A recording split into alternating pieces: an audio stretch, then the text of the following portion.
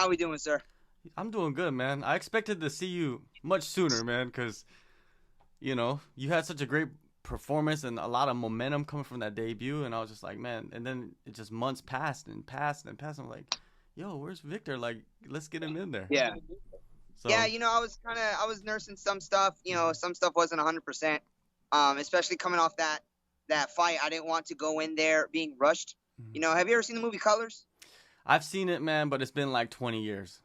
All right, so there's a scene in the movie where Pac-Man is talking to the old head, and the old guy, because Pac-Man wanted to go run down and catch these criminals, and then the old guy goes, "You ever heard the story about the bull and his son or whatever?" And the bull wanted to run down. He says, "Hey, Dad, let's run down. Let's go get that cow." And then the dad bull said, "You know what? Let's walk down. Let's get them all." So I didn't want to feel rushed by anybody to go back in there and put on a half performance. So I just wanted to make sure that I was ready to go. That way I could emulate or do better than my last performance. Yeah, that's great to hear, man. That key part right there is being rushed, because I feel like some dudes they rush into things and then they hit a brick wall, and that's what you don't want to do, right? And you said it. You only have one or two good runs in you, so you gotta be careful, right? Yeah, I mean, you gotta. I have to make sure that it's right timing for me. The opponents are right. Not that you're looking for easy fights, but um, from the list that they sent me, Raphael Assuncao was the highest ranked on the list. So I was like, all right, let's go there. So that only goes to show what the UFC is trying to do with me. For a couple months after my fight, people are asking me, "Hey man, what's when's your next fight? Who are you gonna fight next? What's this?" And I'm like, "Bro, I don't know because I don't know what direction the UFC wants to go with me. I don't know if they just want to kind of have me filling in cards or if they're trying to promote me to eventually be a champion or who knows what's going on. So seeing how they're giving me a top guy now, I gotta train for it.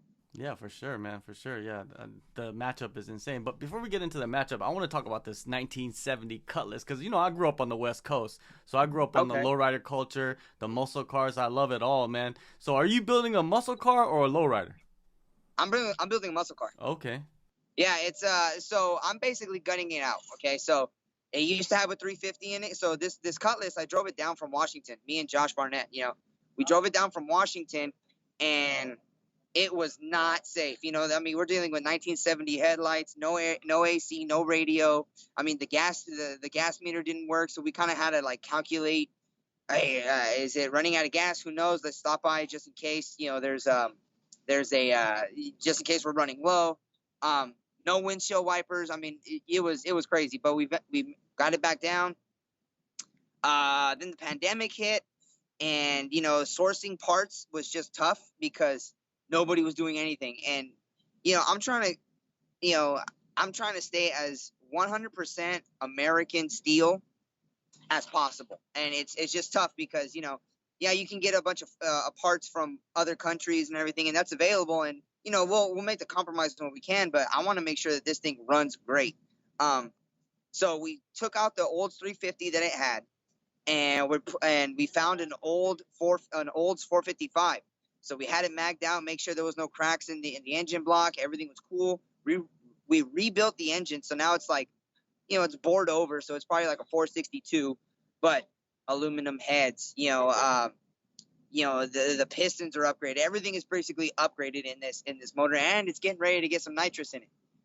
Took out the back seats. I kept the bucket seats because I got me a girlfriend. People are asking, well, how come how come you not going with the bucket seats? I kept the bench seat because I got a girlfriend. She probably wants to be in my arm. Um, put a roll cage in that thing. I mean, this by the time this thing is done, it's looking at about 700 horsepower. Damn. Yeah, I love it, man. Beautiful, man. That's something that I would like to do eventually in the future. The Cutlass, the Regal. I love the Regal, actually. That's Yeah. a car that I really like, and yeah, I want to build a lowrider. Muscle cars I enjoy, you know what I mean. But the lowrider is just something in me, like I need to have one before I die. Let's talk about Yeah. your fight now, man. October 15th. Raphael Assuncao, man. It's an incredible opportunity, man. What does it mean to you to face someone like that as a martial artist, though? Well, Raphael Assuncao, he's very experienced. He's been around the block. Everybody knows this. One of my old training partners, Pedro Munoz, fought him for his inaugural fight in the UFC. You know, Pedro didn't get the nod on that one, but you know, Raphael Assuncao, I mean, he's fought everybody. He fought the current champion of the bantamweight division. He fought T.J. Dillashaw. He fought, of course, Pedro. I mean, he's fought everybody. So for me, just to be added to that list is kind of is a feather in my cap. But also, you know, I'm not going in there just to be, you know, just to kind of take part in a UFC fight. You know, I want to go in there and I want to solidify myself as better than him, so I can start, you know, especially climbing up that rank. After signing the contract for this fight, my teammates are like, bro, like, what is it? You just going after Brazilians? Like, even some of the Brazilian teammates that I have, I'm like, no, man, that's just who they're giving me, you know. So, you know, he's Raphael Assuncao is in an interesting spot in this point in his career, and I can't take anything lightly, you know. So even though he's had a couple losses, the most dangerous somebody can be is when they're backed in a corner, and I believe he's going to come out fighting like he is backed in the corner. When you look at, you know, fighters, are you watching the losses? Are you watching the wins? Like, is there a certain type of fight that you look at and dissect?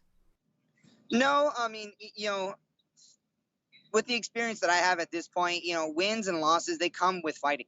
You know, there's only a select few that God or the universe, that whatever you subscribe to, has predetermined that they're never going to lose. You know, Floyd Mayweather, Khabib, you know, everybody else has at least one, you know. So I really don't look at wins and losses. I mean, I've beat undefeated guys before, you know, and I've lost to people with losses on their record. So those kinds of things mean very little. The things that I do look for are habits, you know, tendencies. And of course, everybody looks at habits and tendencies, but, you know, I think I have a different mind when it comes to looking for those things because I have fought. You know, a lot of coaches look for habits and tendencies from a coach's perspective and how their fighter can capitalize on this. And, you know, maybe we can drill and get to it. But I think the difference in my situation is that I'm an experienced fighter with experienced coaches who were fighters also. Yeah, it's pretty wild to watch, like, fighters spar and then seeing one fighter figure out the other fighter in mid sparring session, like you said, tendencies and stuff, and then start lighting them up. It just shows you how incredibly intelligent you have to be as a fighter. Yeah, and especially, you know, not only intelligent, but intelligent when you're tired. Anybody can be intelligent when they're sitting down and not doing anything. Oh, I would have done this. I would have done this. Yeah, but how do you feel when you're dog tired? You know, when your arms don't respond and you can't sprawl anymore, you just have no strength in a certain muscle group. How do you respond there?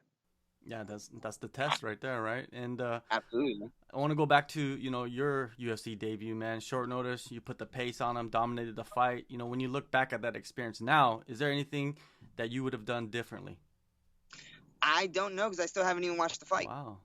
Yeah, I as soon as the fight was done, you know, I went. I mean, luckily it was back in my my hometown. You know, well, not.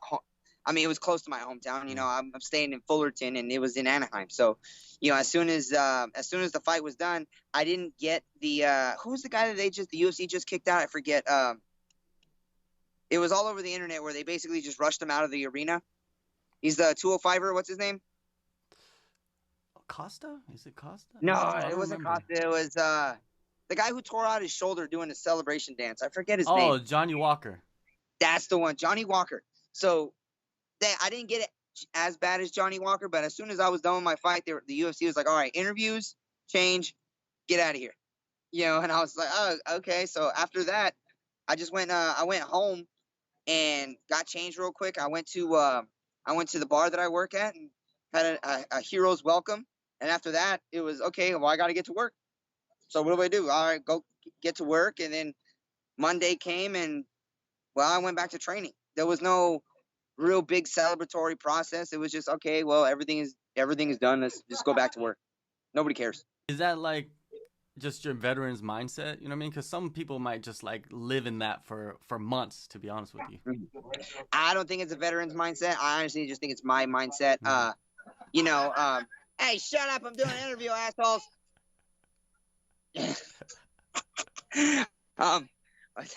Thank you, Mia. So I don't think it's my mindset. I mean, we had an amateur a while ago. He had one fight and then he went missing for a week. Damn. And we were like, bro, like you had one amateur fight and it lasted 1 round. Like, what are you doing? So, yeah, I don't think it's just, I don't think it's necessarily just my mindset. I don't think it's just a veteran move. I think it's just my mindset. I'm gonna get back to work. Yeah, it seems like CMA, you just at the new facility. So are you still training at the old facilities, or the new facilities are open for you guys to do your thing? So the new facility isn't actually ready yet. I mean, that's why we're here. You know, we have a lot of the fighters, the night class people. We're all pitching into to help, Coach Chad just get this gym up and running, because the faster this gym is up and running, the faster we can get in there. Luckily we have affiliates, not affiliates, I should say. We have friends with other gyms. Savant Young is nice enough to let us train over at his facility right now over in Pasadena, Fight Academy. So all those guys are inviting to us. So all we're doing is we're just training over there. With the last 9 months, right? Is there anything you've added to your schedule where it has made a huge difference? More recovery.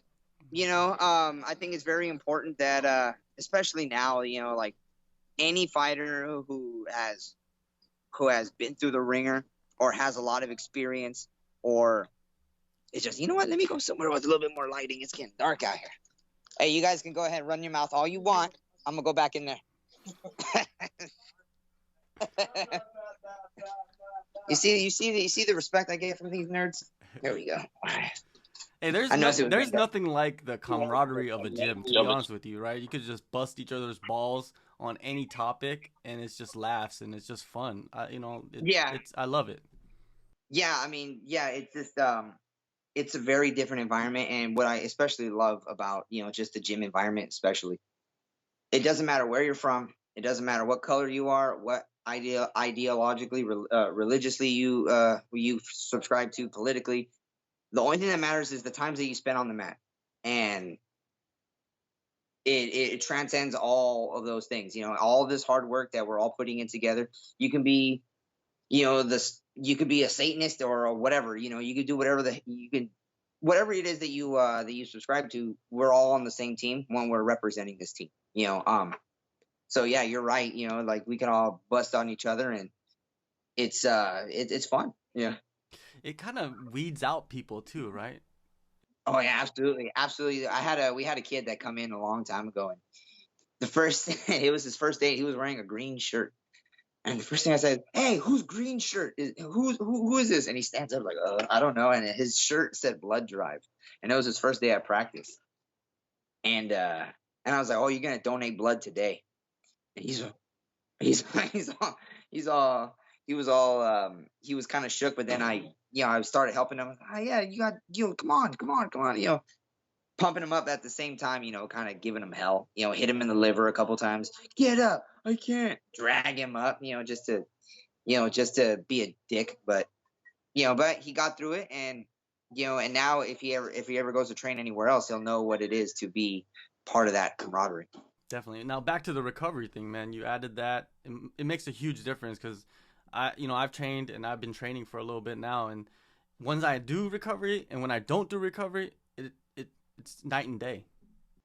Yeah, it's very important that it's because what ends up happening is that you get a fight, you have 8-week training camp, and you're doing these three workouts a day, and every workout you want to make sure that it's innate in all of us fighters that I want to do the best I can, and I want to do the most I can. That way I'm in the best possible shape come fight time. But if you do that, then you will run yourself into the floor. There's a time to go 100%, there's a time to go 80%, there's a time to go 60%, and there's a time to rest and recover. I've gotten more massages this camp than I have in probably all my fights put together. I've done more hot cold baths at the Korean spas than I remember. All those things that have led to me having a good camp. Without and with as much injury prevention as possible. Yeah, people don't know about the Korean spas. They need to go to the Korean spas. I would rather keep them a secret, because I want to keep that in my pocket. The Korean spas, the jjimjilbangs, where you can just go eat and just munch, and then go and do your sauna. And then what really gets me is the first time I went to one, I remember seeing a sit down shower, and I was like, hold up, you could sit down while showering. I don't even need a stand. Oh, this is great. So I'm sitting down and I'm doing my whole thing. And I was like, this is the greatest shower I've ever taken. You know, You know, I know that you know the real deal because you said ginger bang. That if you know yeah. that terminology, then you know the real deal, man. Man, you had a phenomenal debut, man. There are expectations from the fans because now they know who you are. What type of performance are you envisioning in this fight? Honestly, with my last performance, it was funny because I set the record for most significant strikes landed in a bantamweight fight. And then Chito Vera versus Rob Font happens, and then they set the record. So I was like, well, that's not fair. They had 2 extra rounds. They had an extra 10 minutes to throw all these. So I still consider myself, for a 3-round fight, I think I still have the record. But also with that record, I was kind of upset because I was like, if I can land all those significant strikes, why isn't there a body on the floor? So for this fight, you can expect the same level of activity, but I plan on having him out there, before the 3rd. All right, man. October 15th, UFC Fight Night, Las Vegas. Victor, always appreciate the time and all the best in the fight, man. All right, thanks, man. I appreciate it. Thanks for having me, man.